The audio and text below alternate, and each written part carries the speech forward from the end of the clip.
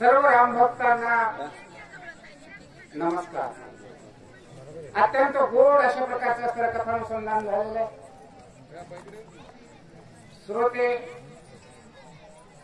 वक्ते, वाचक, सूचक अत्यंत महान महान व्यक्ती या ठिकाणी गोळा झालेले आहेत.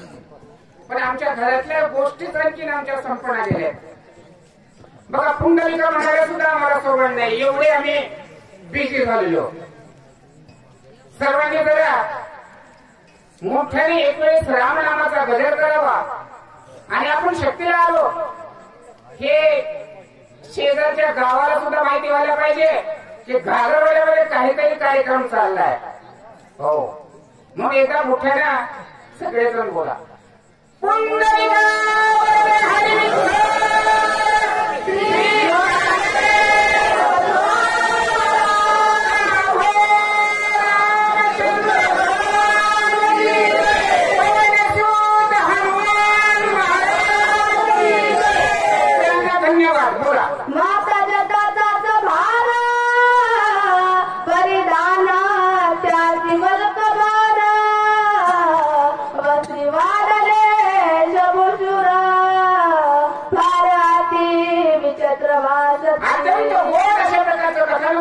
श्री गणेशाला वंदन करून पाठीमागचं जे कथानुसंधान आहे त्या कथानुसंधानाला अनुसरूनच पुढच्या कथा भागाला सुरुवात करूया. काळनेमीला राजे रावणानं पाठवलेले आणि काळनेमीचा वेश हा बनलेला साधू आहे. असलेला साधूचे बी दोन प्रकार असतात, बनवलेला साधू आणि असलेला साधू. हा बनवलेला साधू आहे. बनवलेला साधू माथ्यावर डोक्यावर जटा वाढवलेली आहे, अंग असलेलं त्याचं दृश्य असलेलं झालेलं आहे, वाळून गेलेलं आहे, एकदम कितीतरी वर्षाचा उपवासी असावा अशा प्रकारचा हा साधू बनलेला आहे. काय नेहमी असताना आपलं रूप धारण करून बसलेला आहे. हाती घेऊन जपमाई भुवळेली नेली भयतारी जैसे खेचरी मुद्रा राविली तैसे चेरी चलताय. काय नेहमी रूप धारण केलेलं आहे, हातामध्ये माळा घेतलेली आहे, डोळे खेचरी मुद्रा लावलेली आहे, अत्यंत ध्यानमग्न असावा अशा प्रकारचं. श्रीराम जय राम जय जय राम, श्रीराम जय राम जय जय राम. फक्त वाटतंय बोटच जायचं ते, पण त्याचं लक्ष कुठे? आपला नंबर कधी येतोय की नाही? काय होतंय, समोरून हनुमंत येणारे त्या हनुमंताकडे याचं लक्ष आहे. कारण मुंह में रावण बगल में छुरा असे असतात ना, तशाच प्रकारचा हा काळनेमी त्या ठिकाणी बसलेला होता. बोला, करोनिया वज्रासना करोनिया एक भ्रमण भगवता धरोनी ध्यान पाय गमला. पायावर पाय मस्तपैकी मांडी घातलेली आहे. नागरावाने दृष्टांत देऊन सांगितले, पाण्यामध्ये बगळा असतो, भगवत धरोनी ध्यान. ज्याप्रमाणे बगळा असतो आणि आपल्या आमिषाची आपल्या खाद्याची वाट बघत असतो, तशाच प्रकारचे असते हे बनावटी साधू असतात. बोला, हे की नाही? आणि तसंच रूप काळनेमीनं धारण केलेलं आहे आणि हनुमंताची वाट पाहत त्या ठिकाणी बसलेला आहे. बोला, उदक मारी असे बाबा जैसे कोणी सात्विका जळवासी पुण्य श्लोक ऐसे देख दिसत से. पाण्यामध्ये बगळा बसलेला असतो. बगळ्याचा रंग कसा हो? बगळ्याचा रंग पांढरा.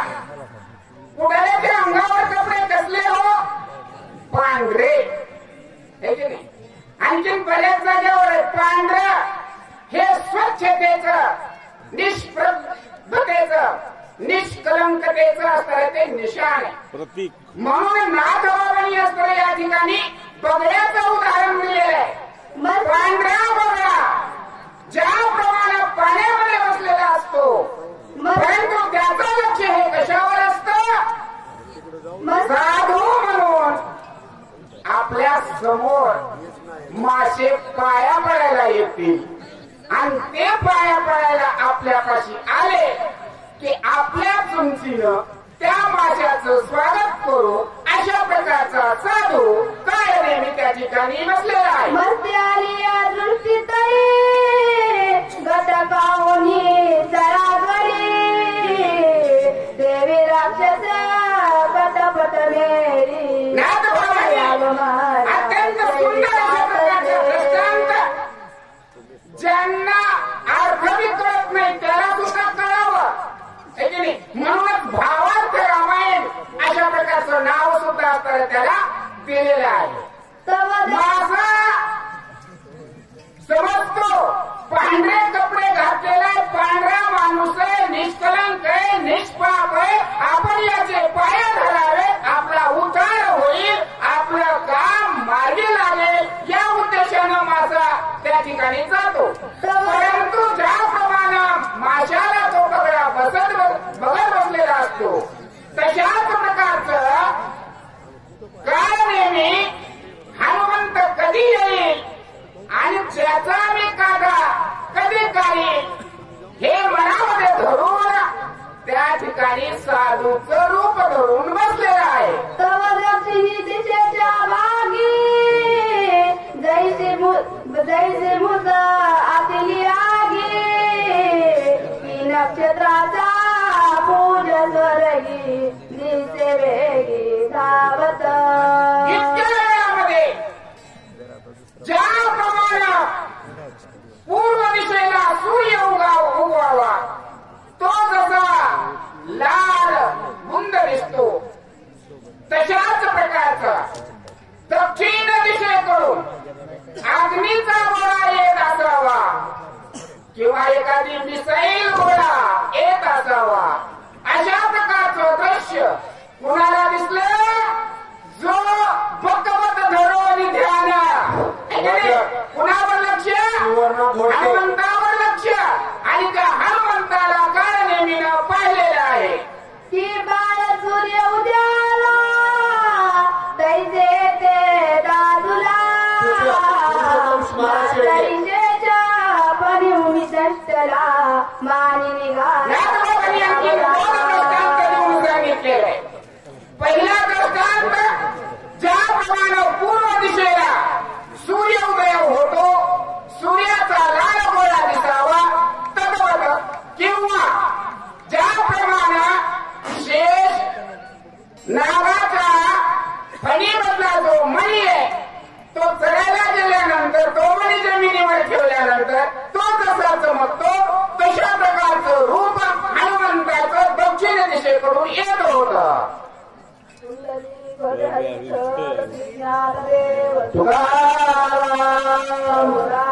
चंद्र भगवान की जय. आयशे उडान प्रतिनाथा रे पर्वताचे माथा देखता कंद राक्षसा चित्ता धीर सर्वता न धरावे. राम भक्त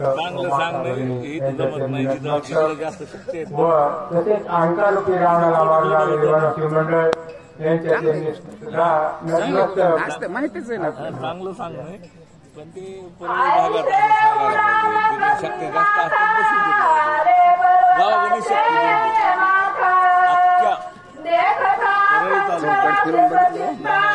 शक्य जास्त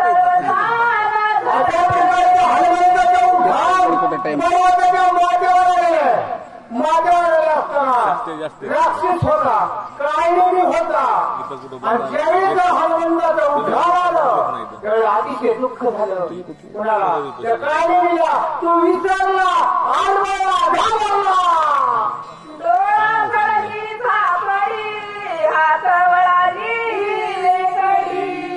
पडली मानाची गुळपुडी नाव भवंडी.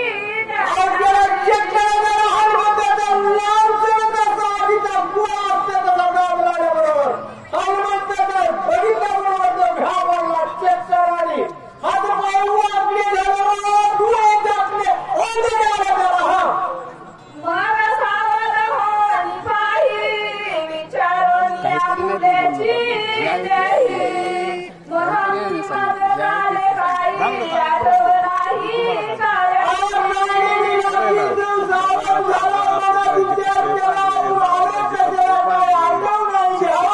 कसा तरी तो सावध झाला म्हणून चालू सकळ जन्माचे निजसार मग गोडले साचार. मी आणि मी दुःखित पामर सोयीत विचार